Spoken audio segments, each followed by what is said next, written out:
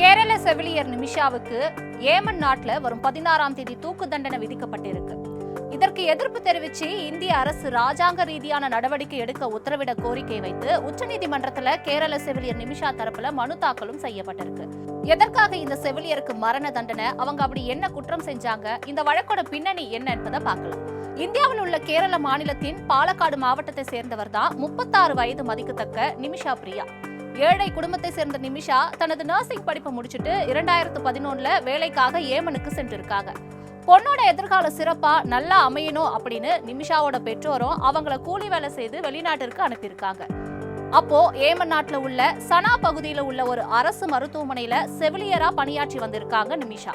அதுக்கப்புறம் 2015 ஏமன் நாட்டை சேர்ந்த தலால் அப்தே மெஹதியுடன் இணைஞ்சு கிளினிக் ஒன்றை தொடங்கி வேலை பார்த்துட்டு வந்திருக்காங்க.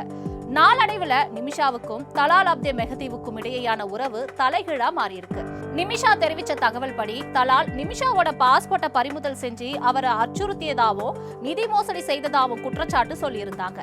அதன் பிறகு நிமிஷா தனது பாஸ்போர்ட்டை மீட்க முயற்சி செஞ்ச போது தலாலுக்கு மயக்க மருந்த நிமிஷா செலுத்தி இருக்காங்க அப்படின்னும், அப்போ அளவுக்கு அதிகமான மருந்து செலுத்தப்பட்டு தலால் இறந்து விட்டதாகவும் கூறப்படுது. அதன் பின் அந்த கொலையை மறைப்பதற்காக அவர் துண்டு துண்டா வெட்டியதாகவும் கூறப்படுது. அதன் பிறகு 2018 நிமிஷா கைது செய்யப்பட்டு 2020 சனாவில் உள்ள நீதிமன்றம் நிமிஷாவுக்கு மரண தண்டனையை விதிச்சிருந்தாங்க. இந்த தீர்ப்பு 2023 ஏமன் உச்சநீதிமன்றத்தால் உறுதி செய்யப்பட்டது. 2024 டிசம்பர் 30 ஏமன் அதிபர் ரஷாத் அல் அலிமி இந்த மரண தண்டனையை அங்கீகரித்தும் இருக்காரு. மரண தண்டனையை எதிர்கொண்டுள்ள நிமிஷா பிரியாவை தூதரக நடவடிக்கை மூலம் இந்திய அரசு மீட்க உத்தரவிட கோரி save Nimisha Priya international action council குழு உச்சநீதிமன்றத்துல மனு தாக்கல் செய்திருக்காங்க. இந்த மனுவை பரிசீலித்த உச்சநீதிமன்ற நீதிபதிகள் சுதன்ஷு துலியா மற்றும் ஜெய் மாலியா பாக்சி தலைமையிலான அமர்வு ஜூலை 14ஆம் தேதி மனுவை விசாரணைக்கு எடுத்துக்கொள்ளப்படணும் தெரிவிக்கப்பட்டிருக்காங்க.